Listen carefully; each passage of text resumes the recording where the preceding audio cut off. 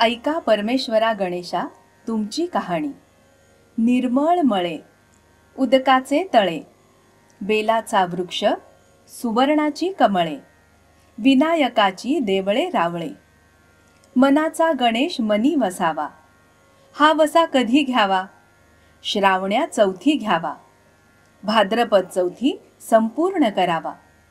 संपूर्णाला काय करावं? पशापायलीचं पीठ कांडावं, 18 लाडू करावे, 6 देवाला द्यावे, 6 ब्राह्मणाला द्यावे, 6चं सहकुटुंबी भोजन करावं। अल्पदान महापुण्य असा गणराज मनी ध्याईजे, पाविजे चित्ती लाभिजे। मनकामना निर्विघ्न कार्यसिद्धी करीजे। ही 60 उत्तराची कहाणी 5 उत्तरी सुफळ संपूर्ण। शुभम भवतु। कहाणी आदित्य राणूबाईची। ऐका आदित्य राणूबाई तुमची कहाणी। आटपाट नगरात एक ब्राह्मण होता। तो नित्य समिधा फुलं दुर्वा आणायला रानात जात असे। तिथं नागकन्या देवकन्या वसा वसत होत्या। तो त्यांना म्हणाला, काय ग बायांनो, कसला वसा वसता? तो मला सांगा। त्या म्हणाल्या, तुला रे वसा कशाला हवा? उतशील मातशील, घेतला वसा टाकून देशील। ब्राह्मण म्हणाला, उतत नाही मातत नाही, घेतला वसा टाकत नाही।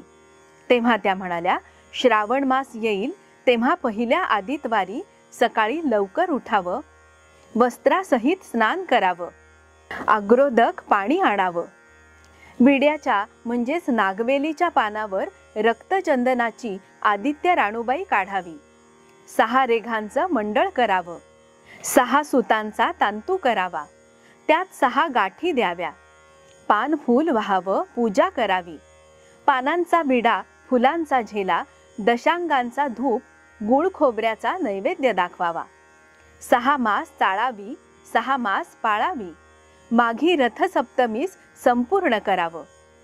हे व्रत संपूर्ण करायला काय करावं तर गुळाच्या पोळ्या कराव्यात, बोटव्याची खीर करावी, लोणकढ तूप असावं, असा बेत करून मेहूण जेवायला घालावं। असेल तर चिरचोळी द्यावी, नसेल तर जोड गळसरी द्यावी, आणि तेही नसेल तर 1 रुपया दक्षिणा द्यावी, आणि आपल्या वशाचं उद्यापन करावं। असा वसा ब्राह्मणानं केला। त्याला सूर्यनारायण प्रसन्न झाले। तेव्हा राजाच्या राणीनं ब्राह्मणाला बोलावणं धाडलं। ब्राह्मण जाते वेळी भिवू लागला। तेव्हा राणी म्हणाली, भिवू नकोस, कापू नकोस, तुमच्या मुली आमच्या घरी द्या। तो म्हणाला, आमच्या मुली गरीबाच्या मुली, तुमच्या घरी कशा याच्या दासी कराल, बटकी कराल? राणी म्हणाली, दासी करत नाही, बटकी करत नाही, राजाची राणी करू, प्रधानाची राणी करू। मार्गेश्वराचा महिना आला। ब्राह्मणानं मुलींची लग्न करून द्यायचं ठरवलं। 1 राजाच्या घरी दिली, 1 प्रधानाच्या घरी दिली। मुली लग्न करून गेल्यावर त्यांनी मुलींचा समाचार घेतला नाही। 12 वर्षांनी समाचाराला मुलींच्या घरी गेला। राजाच्या घरी गेला। लेकीनं बसायला पाट दिला, पाय धुवायला पाणी दिलं। बाबा, गूळ खा, पाणी प्या। वडील म्हणाले, गूळ खात नाही, पाणी पित नाही, माझी कहाणी करायची आहे, ती तू आधी ऐक। ती म्हणाली, तुमची कहाणी ऐकायला मला वेळ नाही, राजाला शिकारीला जायचं आहे, त्याला जेवायला उशीर होईल। तोच ब्राह्मणाच्या मनात राग आला। तिथून तो निघून प्रधानाच्या घरी गेला। मुलींनी पाहिलं, आपले वडील आलेले आहेत। तिने त्यांना बसायला पाट दिला, पाय धुवायला पाणी दिलं। बाबा, गूळ खा, पाणी प्या। ते म्हणाले, गूळ खात नाही, पाणी पित नाही, माझी कहाणी करायची आहे, ती तू आधी ऐक। ती म्हणाली, तुमची कहाणी नको ऐकू तर कोणाची ऐकू? ती घरात गेली, उतरंडीची 6 मोती आणली, 3 आपण घेतली आणि 3 बापाच्या हातात दिली।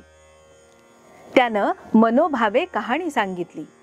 लेकीनं ती चित्तभावानी ऐकली। नंतर जेवून खाऊन बाप आपल्या घरी निघून गेला। ब्राह्मणाच्या बायकोनं विचारलं, मुलींचा संसार कसा आहे? तो म्हणाला, जिनं कहाणी ऐकली नाही ती दारिद्र्यानं पिडली आहे, दुःखानं व्यापली आहे, राजा मुलखावर निघालाय.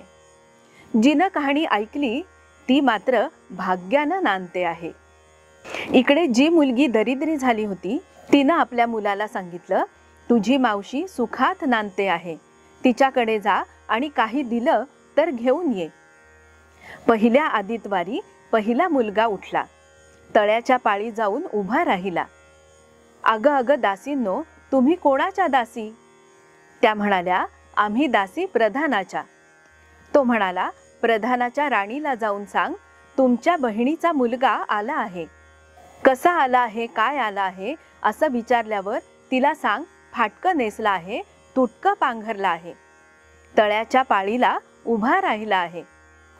दासींनी मुलाच्या मावशीला घडला प्रकार सांगितला. मावशी म्हणाली, परसदारानं त्याला घेऊन या. दासी परसदारानं त्याला घेऊन आल्या. हिनं त्याला न्हाऊ घातलं, पितांबर नेसवलं, जेऊ खाऊ घातलं आणि कोहळा पोखरला आणि त्यात होन मोहरा भरल्या. ती म्हणाली, बाबा कुठे ठेवू नकोस, विसरू नकोस, घरी जतन करून ठेव. तो वाटेनं जाऊ लागला. तो सूर्यनारायण माळ्याच्या रूपानं आडवे आले.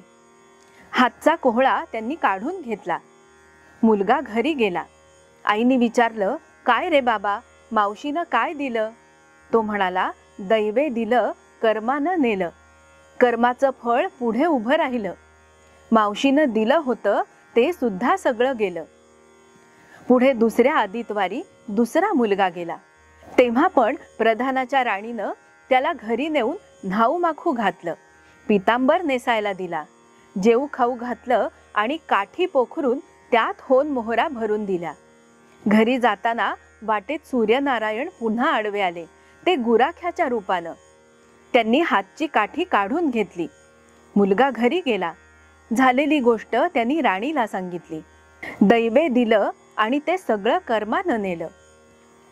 पुढे तिसऱ्या आदितवारी तिसरा मुलगा गेला. तळ्याच्या काठी मुलगा गेला. प्रधानाच्या राणीनं घरी नेऊन त्याला न्हाऊ माखू घातलं.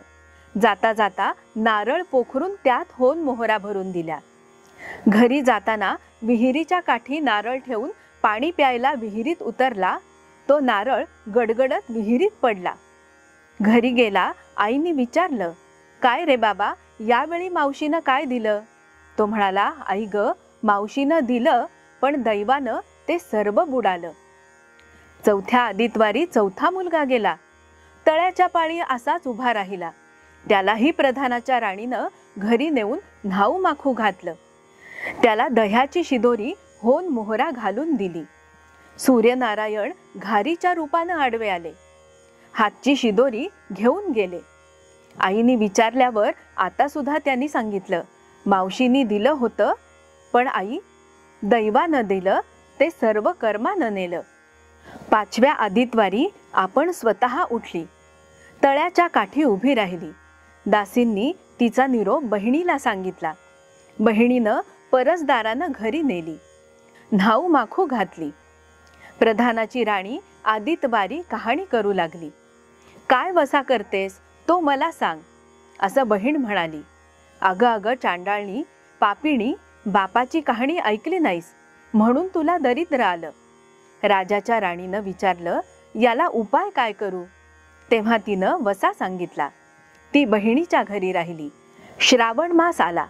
सांगितल्याप्रमाणे हिनं सूर्यनारायणाची पूजा केली. इकडे राजाला भाग्य आलं. राजानं हिला बोलावणं धाडलं. भाचा म्हणाला, मावशी तुला छत्र आली, चामर आली, पायीक आले. ती म्हणाली, मला पापिणीला छत्र कुठलं, चामर कुठलं आणि पायीक कुठलं? बाहेर जाऊन दाराशी बघतात तो राजा स्वतः तिथे आला होता. तशी ती घरी जायला निघाली. बहिणींनी एकमेकींना आहेर केले. वाटेनी जाऊ लागली. तो पहिल्या थांब्याला स्वयंपाक केला. राजाला वाढलं, मुलांना वाढलं, स्वतःसाठी पान वाढून घेतलं. तेव्हा तिला कहाणीची आठवण झाली. करा रे हाकारा, पिटा रे डांगोरा, नगरात कोणी उपाशी आहे का याचा शोध करा. वाटेनं एक मोळी वेक्या जात होता. त्याला राजाच्या शिपायांनी अडवलं. म्हणाला, आमच्या बाईंची कहाणी ऐका. तेव्हा तो म्हणाला, तुझ्या बाईची कहाणी ऐकून मला काय फळ, माझं पोट भरलं पाहिजे. असं म्हणून तो राणीकडे आला. तशी 6 मोतिये राणीनं घेऊन 3 त्याला दिली आणि 3 आपल्या हातात ठेवली. तिने मनोभावे कहाणी सांगितली आणि ह्यानी चित्तभावानी ती ऐकली. त्याची लाकडाची मोळी होती ती सोन्याची झाली. तो म्हणाला, बाई बाई, कहाणी ऐकल्याचं एवढं फळ, मग वसा घेतल्याचं काय फळ, काय वसा आहे तो मला सांग. ती म्हणाली, तुला रे वसा कशाला हवा, उतशील मातशील, घेतला वसा टाकून देशील. तो म्हणाला, उतत नाही मातत नाही, घेतला वसा टाकत नाही. तेव्हा राणीनं त्याला वसा सांगितला. पुढे दुसऱ्या थांब्याला देखील तिला एक माळी मळा पिकत नाही म्हणून चिंतेत बसलेला दिसला. त्याला देखील राणीनी कहाणी सांगितली. तेव्हा त्या माळ्याचा मळा छान पिकला, विहिरीला पाणी आलं. तो म्हणाला, बाई बाई, कहाणी ऐकल्याचं एवढं फळ, मग वसा घेतल्याचं काय फळ, काय वसा असेल तो मला सांग. मग राणीनं त्याला वसा सांगितला. पुढे तिसऱ्या थांब्याला गेली. तिथे शिपायांना एक म्हातारी दिसली. तिचा मुलगा वनात गेला होता. एक डोहात बुडाला होता आणि एकाला सर्पानं खाल्ला होता. त्यामुळे ती चिंताक्रांत बसली होती. शिपाई तिला म्हणाले, आमच्या बाईंची कहाणी ऐक. मग ती राणीकडे आली. राणीनं तिला पहिल्याप्रमाणे कहाणी सांगितली. तिनं ही चित्तभावाने ऐकली. तिचा मुलगा वनात गेला होता, तो परत आला. डोहात बुडाला होता, तोही आला आणि सर्पानं खाल्ला होता, तो सुद्धा जिवंत झाला. ती म्हणाली, बाई बाई, कहाणी ऐकल्याचं हे फळ, मग वसा घेतल्याचं काय फळ, वसा मला सांग. मग राणीनं तिलाही वसा सांगितला. पुढे चौथ्या थांब्याला गेली. तेव्हा शिपायांना काणा डोळा, मासाचा गोळा, हात पाय नाहीत असा एक मनुष्य रस्त्यामध्ये बसलेला दिसला. त्याच्या अंगावर तांब्याभर पाणी ओतलं. पालथा होता तो उलथा केला. त्याला देखील राणीनं मनोभावे कथा सांगितली. ती त्यानं श्रवण केली. ती कहाणी ऐकल्यावर त्याला हात पाय आले, देह दिव्य झाला. तो म्हणाला, कहाणी ऐकल्याचं एवढं फळ, मग वसा घेतल्याचं काय फळ, कसा वसा आहे तो मला सांग. मग राणीनं त्याला सुद्धा तो वसा सांगितला. 5व्या मुक्कामास घरी आली. स्वयंपाक केला. सूर्यनारायण जेवायला आले. 7 दरवाजे उघडले. लोह घंगाळ पाणी भरून तापवलं. षड्रस पक्वान्न जेवायला केलं. सूर्यनारायण भोजनास बसले. त्यांना पहिल्या घासालाच केस लागला. ते म्हणाले, अगं अगं, कोणा पापिणीचा केस आहे हा. राजाच्या राणीला 12 वर्ष दारिद्र्य आलं होतं. तिनं आदितवारी वळचणी खाली बसून केस विंचरले होते. काळं चवाळं डोईचा केस, वळचणीची काडी, डाव्या खांद्यावरून वेशी बाहेर टाकून दे. राजाच्या राणीला सूर्यनारायणाचा कोप झाला तसा कोणालाही होऊ नये. ब्राह्मणाला, मोळीविक्याला, राजाच्या राणीला, माळ्याला, म्हातारीला, काळा डोळा मांसाचा गोळा असा असलेल्या माणसाला, अशा इतक्या सगळ्यांना जसा सूर्यनारायण प्रसन्न झाला तसाच तुम्हा आम्हा पण होवो. ही 60 उत्तराची कहाणी 5 उत्तरी सुफळ संपूर्ण. शुभम भवतु.